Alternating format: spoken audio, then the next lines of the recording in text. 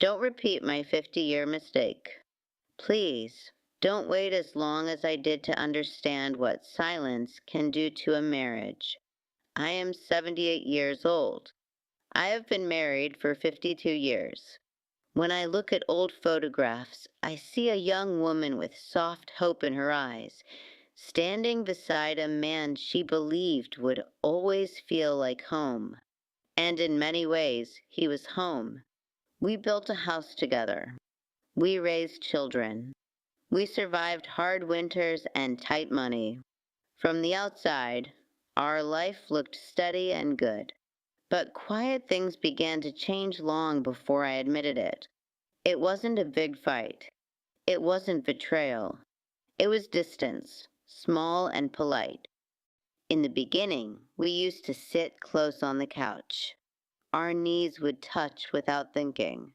He would tell me about his day in small details, and I would listen like it mattered. Over time, the space between us grew, not across the room, but inside it. He started coming home tired. I started saying, "It's okay, I understand," even when I didn't. I remember the first night I noticed it clearly. We were eating dinner. The clock was ticking loudly in the kitchen. I was talking about something that upset me, something small. He nodded, but his eyes were somewhere else. Not angry, not cruel, just far away. I told myself, he works hard. Don't be selfish. That became my habit. Don't complain. Don't ask for too much. Don't disturb the peace. Years passed like that. We still slept in the same bed, but we stopped reaching for each other in the dark. We still celebrated anniversaries, but they felt like dates on a calendar, not moments in the heart. The signs were small. A hand not held, a question not asked, a feeling not shared. And every time I noticed it, I chose silence. That was the beginning of my mistake. Silence is heavy.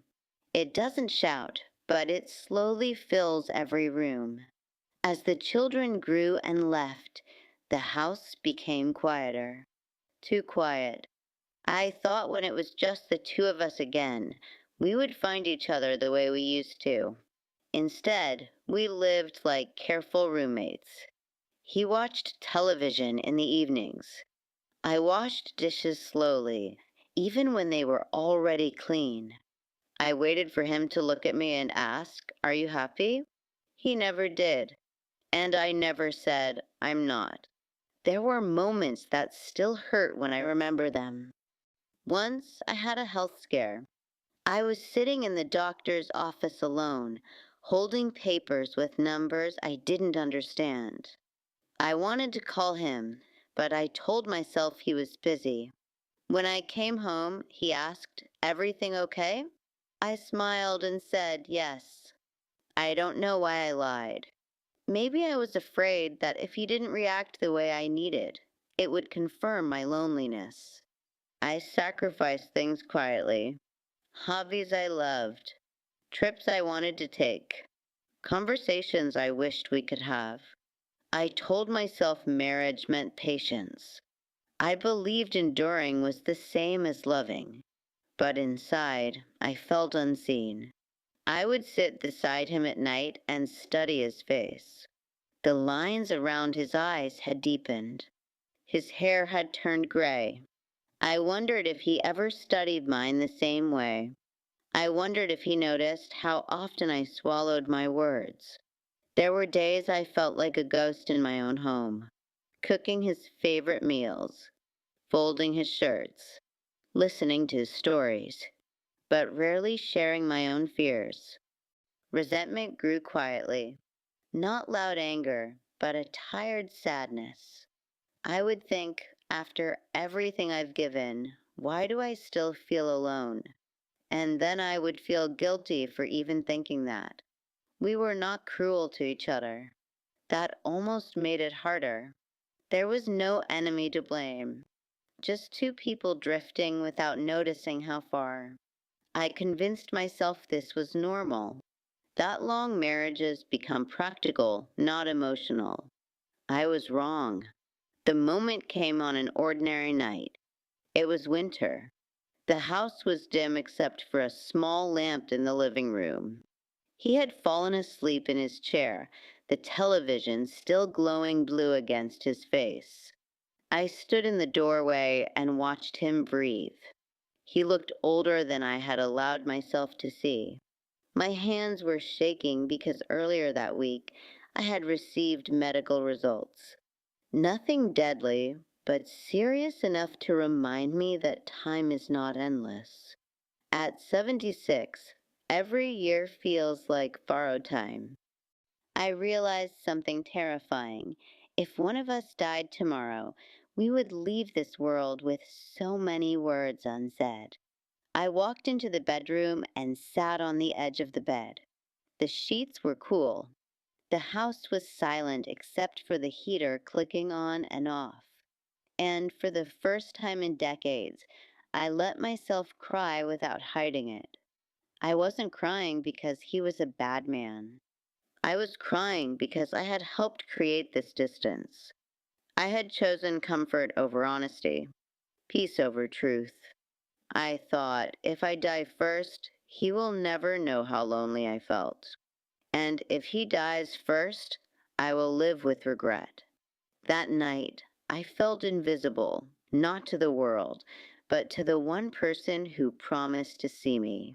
And suddenly I understood. After 60, you don't have another 50 years to fix things. Time becomes fragile. That fear woke me up. The next morning, I did something I should have done decades ago. He was sitting at the kitchen table with his coffee. Morning light came through the window, soft and pale. My heart was beating so loudly I thought he could hear it. I sat down across from him and said, "Can we talk?" He looked surprised. "Of course." My voice shook. I have felt alone for a long time. The room became very quiet. He stared at me as if I had spoken a language he didn't know. "Alone? I'm right here." "I know," I said. "That's what makes it harder."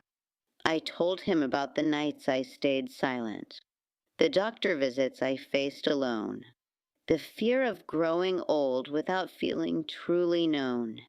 I expected anger. I expected defensiveness. Instead, his eyes filled with tears. "I thought you were strong," he whispered. "I thought you didn't need more from me." That broke my heart in a different way. For 50 years, we misunderstood each other. He mistook my silence for strength.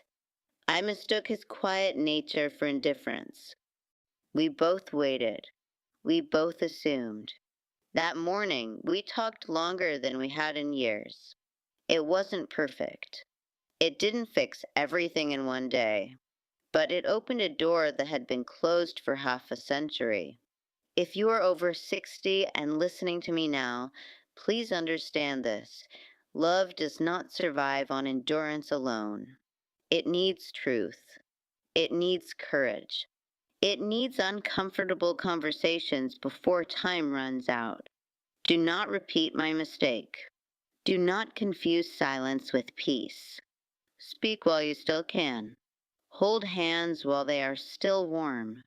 Ask the questions you are afraid to ask. 50 years is too long to wait to be seen.